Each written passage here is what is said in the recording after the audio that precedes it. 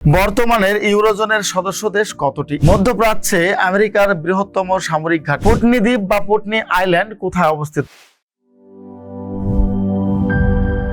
আসসালামু আলাইকুম। বিদ্যাবাড়ির বিশেষ আয়োজন সাপ্তাহিক আপডেট বুলেটিনের আজকের 29 নম্বর পর্ব থেকে আপনাদেরকে স্বাগত জানাচ্ছি। আমি শাওন মুস্তফা। আমরা একেবারে 29টা পর্ব শেষ করে এসেছি, তার মানে ধরা যায় যে প্রায় 6 থেকে 7 মাস আপনাদের সাথে আছি শুধু এই আপডেট বুলেটিন নিয়ে। আপনারা এই আপডেট বুলেটিন থেকে আপনাদের যে সাম্প্রতিক পরীক্ষাগুলো সেগুলোতে যে কমেন্ট পাচ্ছেন এটা তো আমরা প্রমাণ অলরেডি দিয়ে দিয়েছি আপনাদেরকে। তো আশা করি সকলেই ভালো আছেন। আজকে গুরুত্বপূর্ণ কিছু প্রশ্ন নিয়ে আলোচনা করার চেষ্টা করব।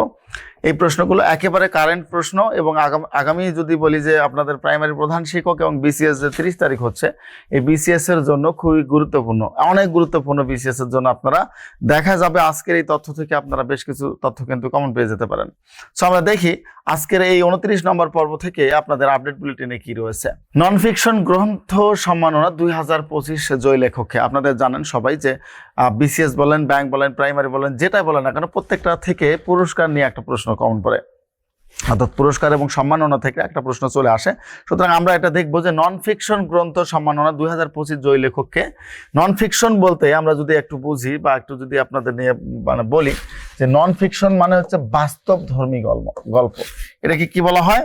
নন ফিকশন মানে হচ্ছে বাস্তব ধর্মী গল্প। অর্থাৎ আমরা যেমন অনেক ক্ষেত্রে দেখি যে লেখা বা গল্প আমরা যদি বলি, অনেক ক্ষেত্রে আমরা দেখি যে রম্য লেখা, কল্প কাহিনী, অতীত কাহিনী বা একেবারে মনের মতো মাধুরী মিশিয়ে অনেক তথ্য আমরা লেখকরা বা কবিরা দিয়ে থাকেন। সেই ক্ষেত্রে এই নন ফিকশন বলতে যেটা বোঝানো হয় একেবারে বাস্তব ধর্মী, অর্থাৎ কোনোভাবে এখানে কোনো কল্প কাহিনীর কোনো আশ্রয় থাকে না।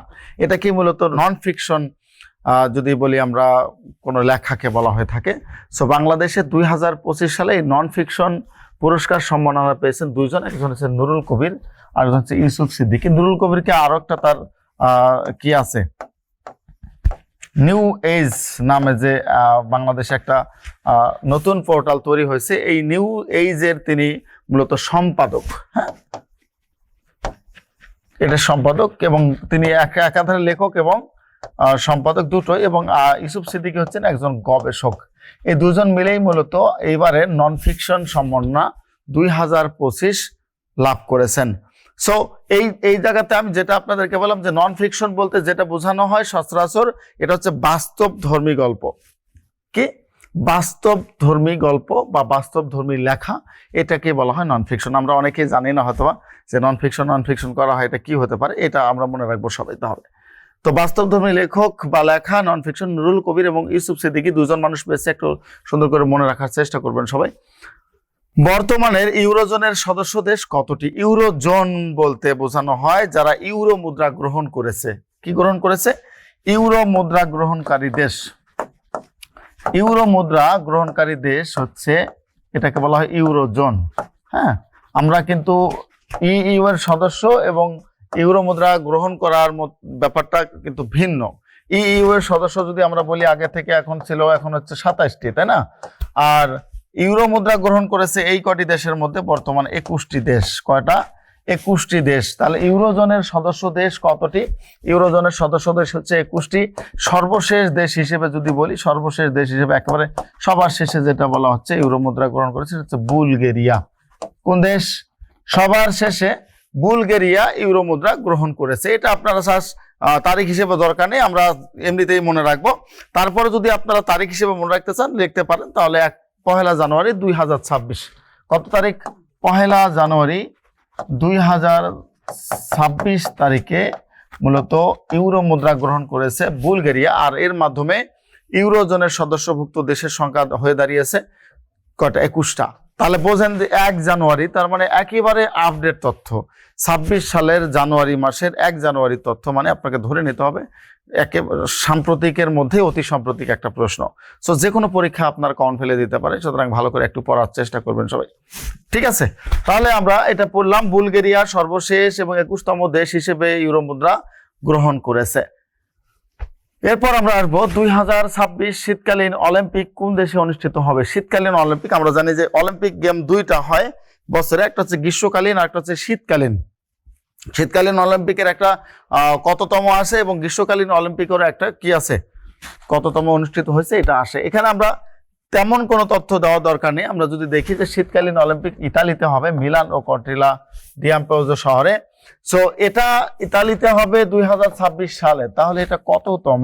এটা হচ্ছে 25তম। কততম? 25তম শীতকালীন অলিম্পিক কোন দেশে অনুষ্ঠিত হবে? অর্থাৎ এইভাবে যদি আসে তাহলেই হবে ইতালি। অথবা 2026 সালে শীতকালীন অলিম্পিক কোন দেশে অনুষ্ঠিত হবে? এটাও হবে ইতালি। অথবা 25তম ইতালিতে যে শীতকালীন অলিম্পিক অনুষ্ঠিত হবে সেটা কততম? সেটা হচ্ছে 25তম। 3 বা 4 রকমের ভাবে ঘুরিয়ে ফিরিয়ে আপনাকে এই প্রশ্নটা দিতে পারে। যেভাবে পড়েন উত্তর কিন্তু এইখানে তো সবগুলো বিরাজমান। ঠিক আছে, তো তাহলে আমরা এখানে ধরে নিতে পারি 25তম অলিম্পিক ইতালির মিলান শহরে 2026 সালে শীতকালে অনুষ্ঠিত হবে। আমাদের দেশের শীতকাল এবং ইতালির শীতকাল কিন্তু এক না, মাথায় রাখবেন। এবং সেখানের শীতকাল বলা যায় বছরে সারা বছরে শীত থাকে। ঠিক আছে, সারা বছরেই শীত থাকে। এবার আসেন, হোয়াইকং সীমান্ত কোন দুটি দেশের মধ্যে অবস্থিত? আমরা কিন্তু এই জায়গায় একটা জিনিস মনে রাখবেন, শুধু মিয়ানমারের সাথে হোয়াইকং সীমান্ত এমন না, মিয়ানমারের সাথে তো আমাদের বাংলাদেশ মিয়ানমারের সাথে হুক্কাইডু সীমান্তও আছে। কোনটা? হুক্কাইডু। হুক্কাইডু সীমান্ত আছে কার সাথে? মিয়ানমারের সাথে। হোয়াইকং আছে, নাইংখং সরি আছে। কি আছে? নাইংখং সরি সীমান্ত আছে। অর্থাৎ যেই সীমান্তগুলোতে আমরা দেখি সীমান্ত সংঘাতগুলো হয়, এই সীমান্ত সংঘাতগুলোর ক্ষেত্রে আমরা ওই সময়টা ওই সীমান্ত নিয়ে একটু আলোচনা করি। সো এটা হচ্ছে হোয়াইকং সীমান্ত কোন দুটি দেশের মধ্যে? বাংলাদেশ এবং মিয়ানমারের মধ্যে এই সীমান্ত অবস্থিত। এরপর আমরা জানি যে বাংলাদেশের সাথে ভারতের কিন্তু সীমান্তর আর কোনো শেষ নাই, একেবারে বিশাল এক সীমান্ত দৈর্ঘ্য। এর সাথে সাথে একটা জিনিস মনে রাখবেন যে মিয়ানমারের সাথে আমাদের সীমান্ত দৈর্ঘ্য কত কিলোমিটার? 271 কিলোমিটার। কত? মিয়ানমারের সাথে আমাদের সীমান্ত দৈর্ঘ্য হচ্ছে 271 কিলোমিটার। এটা একটু যা সম্পর্ক হিসেবে আপনারা পড়ে ফেলবেন। আর হুক্কাইডু এবং হোয়াইকং এবং নাংখই সরি সবগুলোই হচ্ছে মিয়ানমারের সাথে বাংলাদেশের সীমান্ত দৈর্ঘ্য বা সীমানা। উইল ফর পিস 2026 সামরিক মহড়া শুরু করেছে কোন দেশ? উইল ফর পিস এটা কিন্তু একটা পুরস্কারের কথা বলা হচ্ছে, কিন্তু আমরা উইল ফর পিস বলতে 2026 এটা সামরিক মহড়াকে সামরিক মহড়ার একটা সাংকেতিক নাম হচ্ছে উইল ফর পিস। এটা মূলত দক্ষিণ আফ্রিকার জলসীমায়। কোথায়? দক্ষিণ আফ্রিকার জলসীমায় এটা অবস্থিত। এই সামরিক মহড়াটা শুরু করেছে অনেক কয়টা দেশ এটা শুরু করেছে। কোন জলসীমায়? দক্ষিণ আফ্রিকার জলসীমায় এটা সামরিক মহড়া শুরু করেছে 4টা দেশ মূলত। কয়টা দেশ? একসাথে 4টা দেশ। যেহেতু জলসীমা এই সামরিক মহড়া, এই জন্য এটাকে আমরা বলে থাকি নৌ মহড়াও বলা যায়। কি বলা যাবে? নৌ মহড়া। এই 4টা দেশের নৌবাহিনী মূলত রাশিয়া, ইরান, চীন এবং দক্ষিণ আফ্রিকা, এই 4টা দেশের নৌবাহিনী উইল ফর পিস নামে নতুন করে একটা আন্তর্জাতিকভাবে তারা একটা মহড়া শুরু করেছে। আমরা দেখি সাম্প্রতিক সময় আমরা সবাই হয়তোবা কম বেশি জানি যে মার্কিন যুক্তরাষ্ট্র বেশ কিছু দেশে আক্রমণ করে ফেলতেছে। এই ক্ষেত্রে নিজেদেরকে ঝালাই করার জন্য মূলত এই 4টা দেশ, আমরা যদি বলি রাশিয়া, ইরান, রাশিয়া সম্পূর্ণভাবে ইরানকে সবসময়ের জন্য সাপোর্ট করে, আমরা এটাও জানি। পাশাপাশি চীনও রাশিয়াকে, ইরানকে সাপোর্ট করে। এই জন্য 4টা দেশ বন্ধুত্বপূর্ণ 4টা দেশ তাদের নৌবাহিনীর সক্ষমতা যাচাই করার জন্য মূলত উইল ফর পিস 2026 সামরিক মহড়া শুরু করেছে। আর এই মহড়াটা দক্ষিণ আফ্রিকার জলসীমায় তারা করতেছে এখন পর্যন্ত। বিশ্ব ব্যাংকের পূর্বাভাস মতে 2026 সালে বৈশ্বিক অর্থনীতির প্রবৃদ্ধি কত হবে? অর্থাৎ বৈশ্বিক যে অর্থনীতি আছে এই প্রবৃদ্ধি কত হবে? মাত্র 2.6%। কত? 2.6% হবে সারা বিশ্বের বৈশ্বিক অর্থনীতির প্রবৃদ্ধি। এর মধ্যে যদি বলি বেশ কিছু বড় বড় কারণ আছে।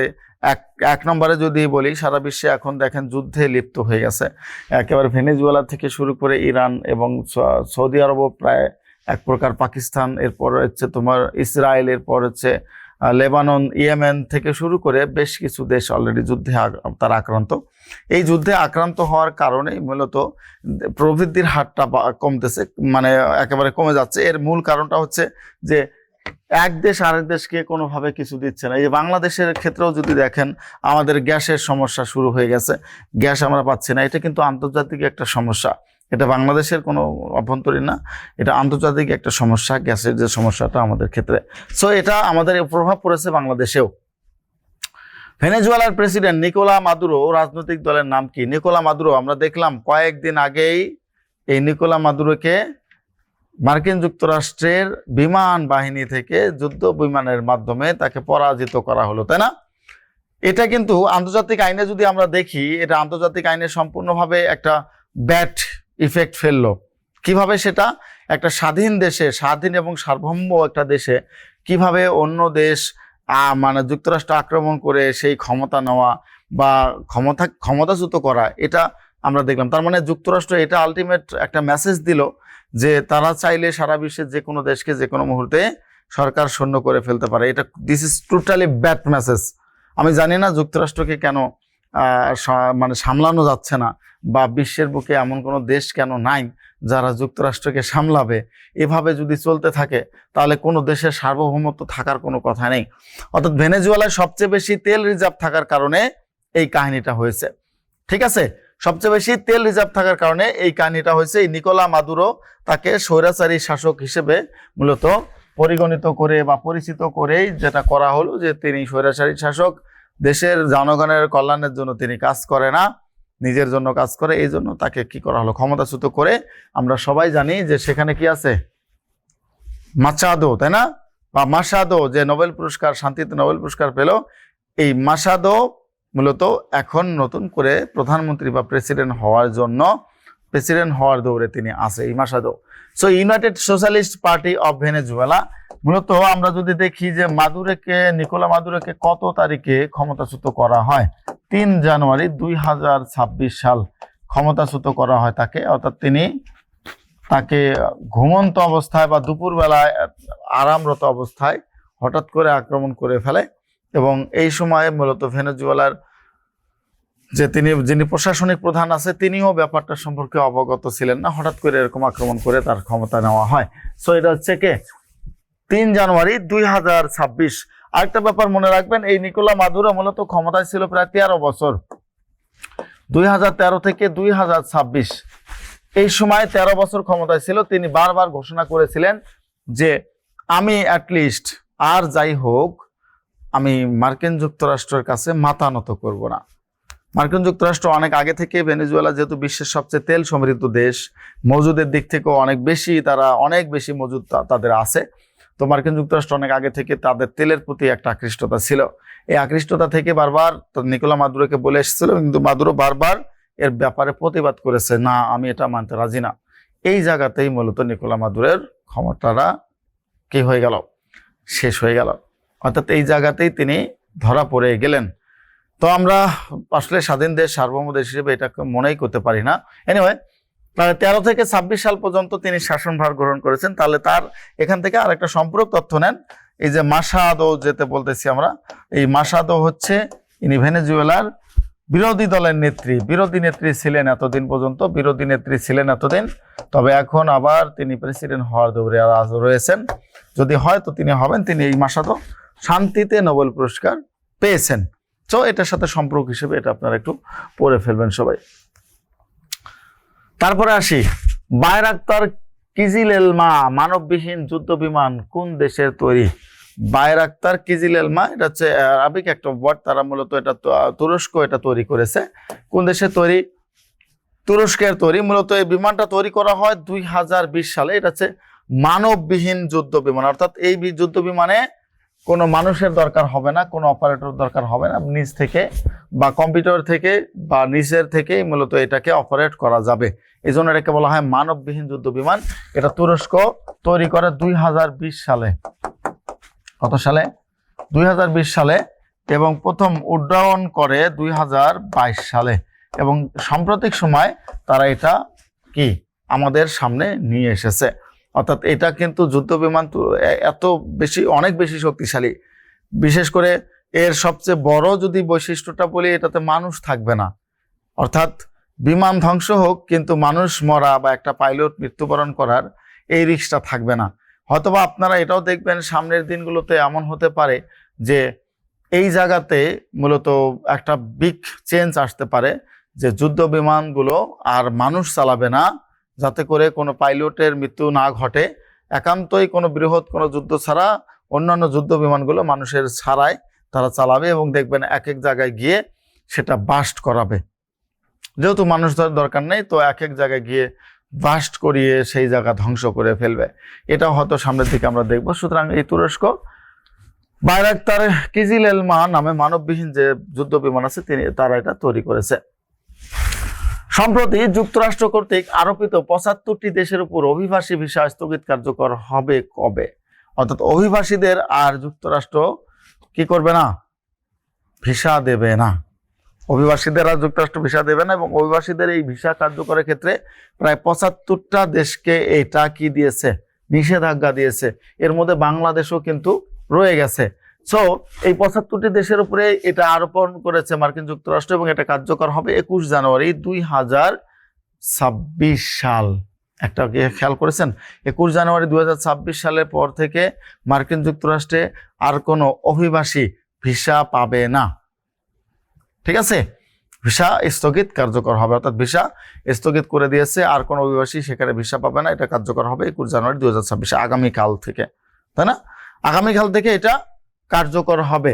সো এটা কার্যকর হলে যুক্তরাষ্ট্র যেমন মানে লাভবান হবে, কিন্তু অনেক দেশ এই জায়গাতে অনেক ক্ষতিগ্রস্ত হবে। কারণ আমাদের অনেক রাজনৈতিক লিডার থেকে শুরু করে অনেক অধিকার কর্মী থেকে শুরু করে যারা মূলত লাইফ রিস্কে পড়ে, তারা যুক্তরাষ্ট্রের কাছে অভিবাসী ভিসা মানে প্রত্যাশা করে, এবং তারা অভিবাসী ভিসা নিয়ে সেখানে স্থায়ীভাবে বসবাস করে। সেক্ষেত্রে কিন্তু এই সেক্টরটা থাকবে না। অনেকের জন্য এটা বড় একটা সমস্যা হয়ে দাঁড়াতে পারে। বিট চ্যাট কি? বিট চ্যাট হচ্ছে, আমি যদি বলি সচরাচর এটা একটা ভালো সংস্করণ আমি মনে করব। আমরা যেমন ছোটবেলায় যেটা করতাম মনে আছে সবার, তাই না? ছোটবেলায় আমরা ওই মোবাইলে নোকিয়া 1110 মডেল, 1106 মডেল, এরকম নোকিয়া মোবাইলগুলো আমরা চালাইতাম, তাই না? সেখানে আমরা দেখতাম যে 2 টাকায় বা 5 টাকায় 100টা করে 150টা করে মেসেজ দিত আমাদেরকে ফ্রি, সিম কোম্পানিগুলো। সেখানে আমরা টুকটুক করে বাটন চেপে চেপে, হয়তোবা আমাদের অনেকের রেকর্ড আছে, আমরা সারা রাত ব্যাপী কি করেছিলাম, মেসেজ করেছিলাম। সেই দিনগুলো কিন্তু আসলেই খুব বেশি, অনেক বেশি এনজয়েবল ছিল। এখনকার মতো এত বাজে সিস্টেম ছিল না। মন চাইলো আর একজনের সাথে 1 মিনিটের মধ্যে ফ্রেন্ড হয়ে গেলাম, আর তার সাথে কোনোদিন জানি না চিনি না, তো তার সাথে জনমভর কথা বললাম, এরকম হয় না? এখন তো এটা হচ্ছে, কিন্তু ওই সময়ের দিনগুলো কেমন ছিল, ওই সময়ের সময়গুলো ছিল কেমন? আমরা এই 100-150 মেসেজকে কিনতাম, কিনে ওই প্রিয় মানুষটার সাথে রাত ভর আমরা কি করতাম, কথা বলতাম, সেও রাত জাগতো। কেউ কাউকে দেখার কোনো প্রকার সুযোগ নেই। এখন মন চাইলেও একটা ছবি দিলাম, ছবি একটা দাও, ছবি দিয়ে দিল, তাই না? মন চাইলেও ভিডিও কল দাও, ভিডিও কলে কথা বললো, মন চাইলেও ফোনে কথা বললো। তখন আর এই যে বাড়িতে ফ্যামিলি রেস্ট্রিকশন, ছোট ছোট ক্লাস 9-10 থেকে শুরু করে কলেজের পোলাপান, এদের রেস্ট্রিকশন, কুটকুট করে কথা বলার উপায় নাই। শুধু একটাই মাত্র উপায় ছিল, সেটা হচ্ছে মেসেজ কিনে সেটা দেওয়া।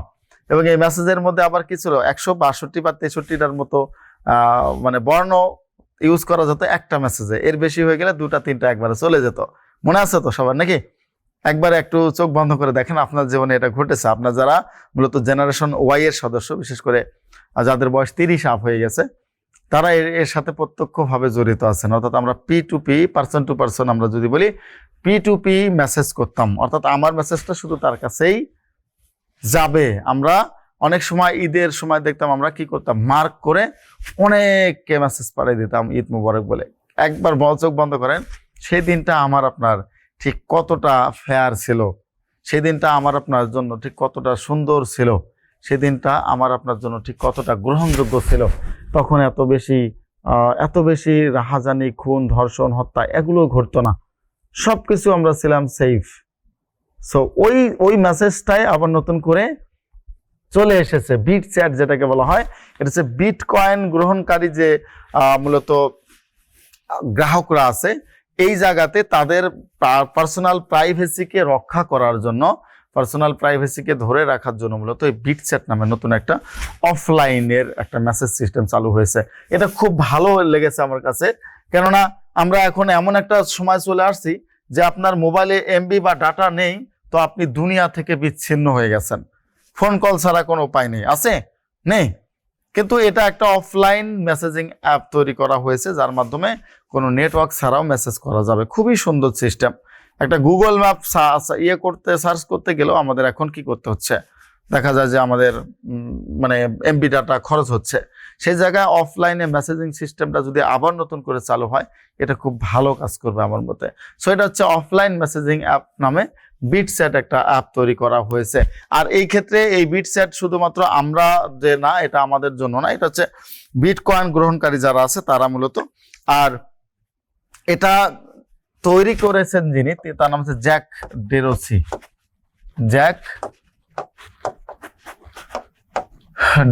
তিনি হচ্ছেন প্রাক্তন যে টুইটার আছে, টুইটারের সহ প্রতিষ্ঠাতা ছিলেন তিনি, যেটা এক্স আমরা বলে থাকি। এই এক্স এর সহ প্রতিষ্ঠাতা হচ্ছে ডেরোসি। তিনি মূলত এই বিটচ্যাট নামে নতুন একটা অ্যাপ তৈরি করেছেন, অফলাইন অ্যাপ, যেটা অফলাইনে আমরা চ্যাটিং করতে পারবো। বাংলাদেশ বর্তমানে বিশ্বের 145টি দেশে কত ধরনের কৃষি ও কৃষিজাত পণ্য রপ্তানি করে? খুবই খুবই গুরুত্বপূর্ণ, সামনের পরীক্ষার জন্য ধরেই নিতে পারেন এই রিলেটেড একটা প্রশ্ন কমন পাবেন আপনারা, সুতরাং একটু পরে ফেলবেন মনোযোগ দিয়ে। একটা হচ্ছে 172টা পণ্য বা পণ্যজাত দ্রব্য আমরা কি করে থাকি, 172টা মানে 145টা দেশে 172 রকমের কৃষিজাত পণ্য বা পণ্য রপ্তানি করে থাকি আমরা।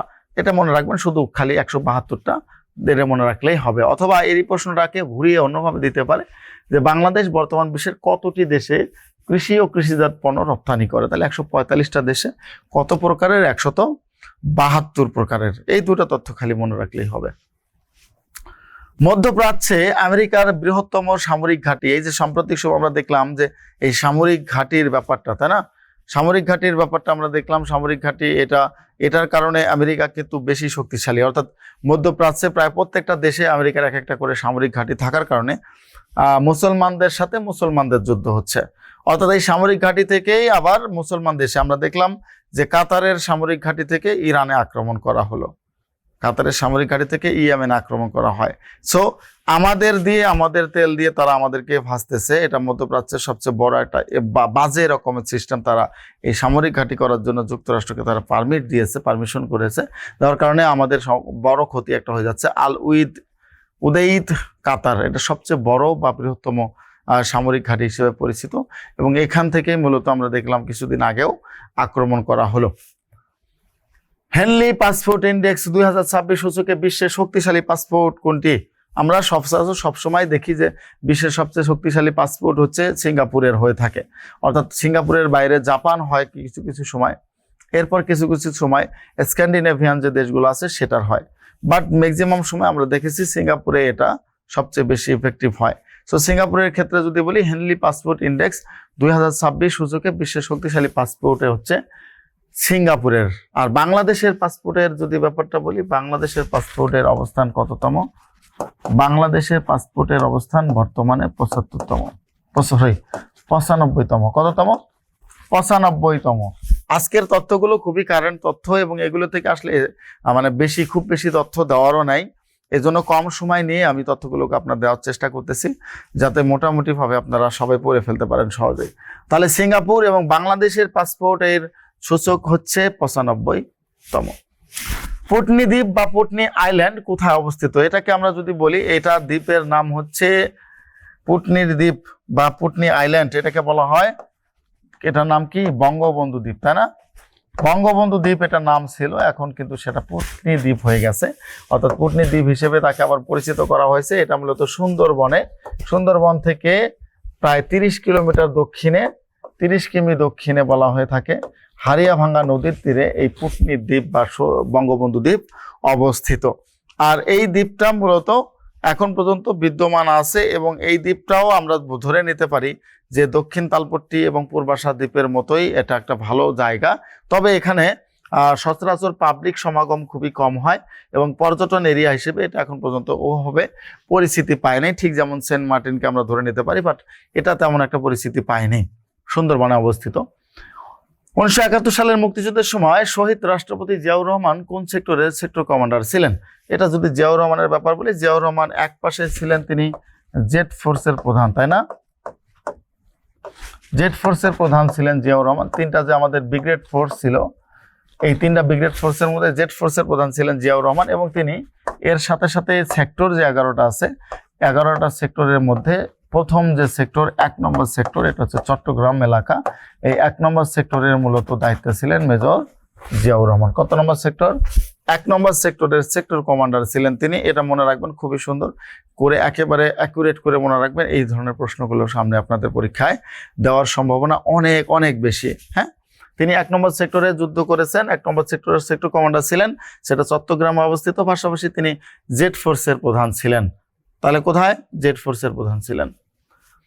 ত্রয়োদশ জাতীয় নির্বাচনে কতটি নিবন্ধিত রাজনৈতিক দল অংশগ্রহণের জন্য মনোনয়নপত্র জমা দিয়েছে? অর্থাৎ নিবন্ধিত রাজনৈতিক দল মানে মনোনয়নপত্র জমা দিয়েছে। মাথা রাখবেন, নিবন্ধিত রাজনৈতিক দল কতটি এটা না, মনোনয়ন জমা দিয়েছে এটার কথা বলা হচ্ছে।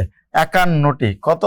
51টি। এবং সর্বশেষ দল হিসেবে আমরা সবাই জানি যে এনসিপি সর্বশেষ দল হিসেবে 51তম দল হিসেবে কি করেছে?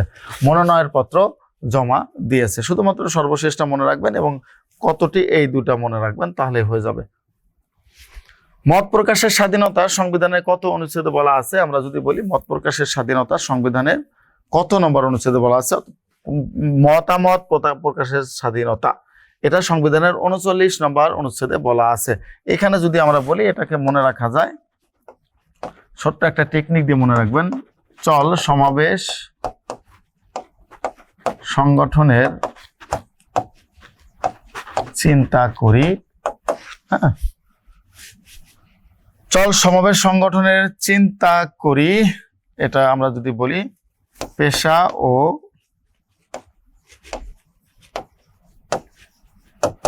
ধর্মীয় স্বাধীনতা ভোগ করি। স্বাধীনতা ভোগ করি, এটা দিয়ে আপনারা 36 থেকে 42 পর্যন্ত মোট 41 পর্যন্ত মোট 60টাকে মনে রাখতে পারবেন। যেমন চল বলতে এটা 36 নম্বর অনুচ্ছেদে চলাচলের স্বাধীনতার কথা বলা আছে। কি? চলাচল। এরপর যদি আমরা ধরে কি সমাবেশ স্বাধীনতা, এটা হচ্ছে 37 নম্বর অনুচ্ছেদে সমাবেশ করার স্বাধীনতা। 38 নম্বর অনুচ্ছেদে সংগঠনের স্বাধীনতা। চিন্তা বিবেকের স্বাধীনতার কথা, এই যে মত প্রকাশ চিন্তা ও বিবেকের স্বাধীনতা, এটা হচ্ছে 39 নম্বর। চিন্তা, মত, মতামত,